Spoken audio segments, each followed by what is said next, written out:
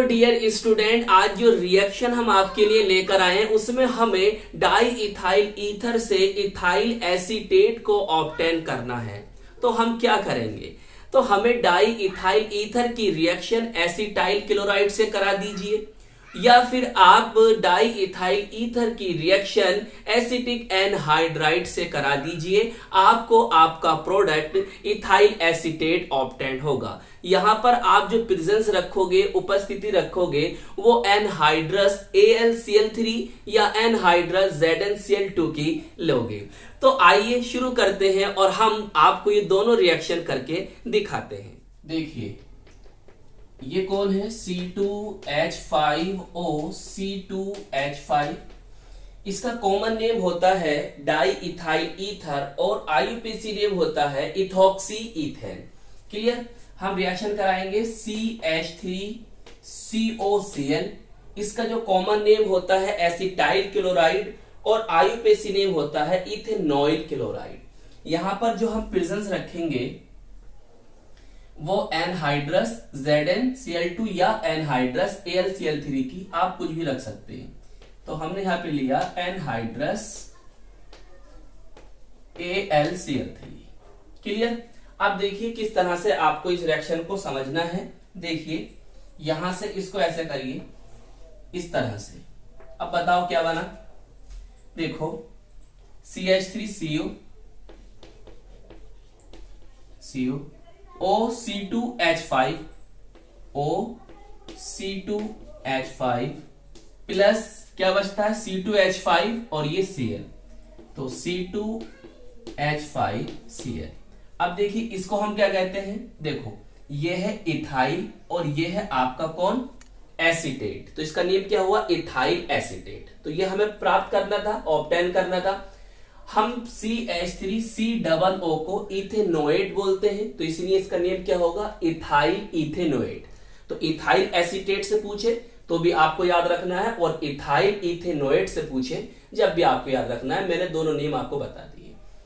अब देखिए इसको क्या कहते हैं? देखो ये इथाइल क्लोराइड, इसका जो कॉमन नेम होता है वो इथाइल क्लोराइड होता है और IUPAC नेम होता है क्लोरोईथेन। क्लियर? तो यहां पर आपने एसिटाइल क्लोराइड लिया और आपको इथाइल एसीटेट ऑब्टेन हुई। अब हम यहां पर क्या ले लेते हैं? Acetic anhydride. क्लियर? ये समझ में आ गई? आगे देखिए C2H5O C2H5, मैंने आपको इसका नेम तो बताया ही है। तो देखिए एसिटिक एनहाइड्राइड का फॉर्मूला क्या होता है? देखिए CH3CO और होल ट्वाइस और यहां लगा दो क्या? O। इसका जो कॉमन नेम होता है वो एसिटिक एनहाइड्राइड होता है, और जबकि IUPAC नेम होता है इथेनोइक एनहाइड्राइड। तो आपको पता चला कॉमन नेम एसिटिक एनहाइड्राइड और IUPAC नेम होता है इथेनोइक एनहाइड्राइड। क्लियर? यहां पर भी आप क्या कर सकते हो? प्रेजेंस किसकी ले ले? चलो बताओ। चलो यहां पर ले लेते हैं एनहाइड्रस ZnCl2 की। तो एनहाइड्रस ZnCl2 की यहां पर हमने क्या करा? प्रेजेंस को रखा। अब देखिए रिएक्शन किस तरह से होगी उसको समझेंगे। तो हमें यहां पर 2 मोल्स इथाइल एसीटेट के ऑब्टेन होंगे। क्लियर? ये आपको 2 मोल किसके ऑब्टेन होगा? इथाइल एसीटेट के। अब देखिए इस रिएक्शन को आप किस तरह से याद रखेंगे उसे समझो।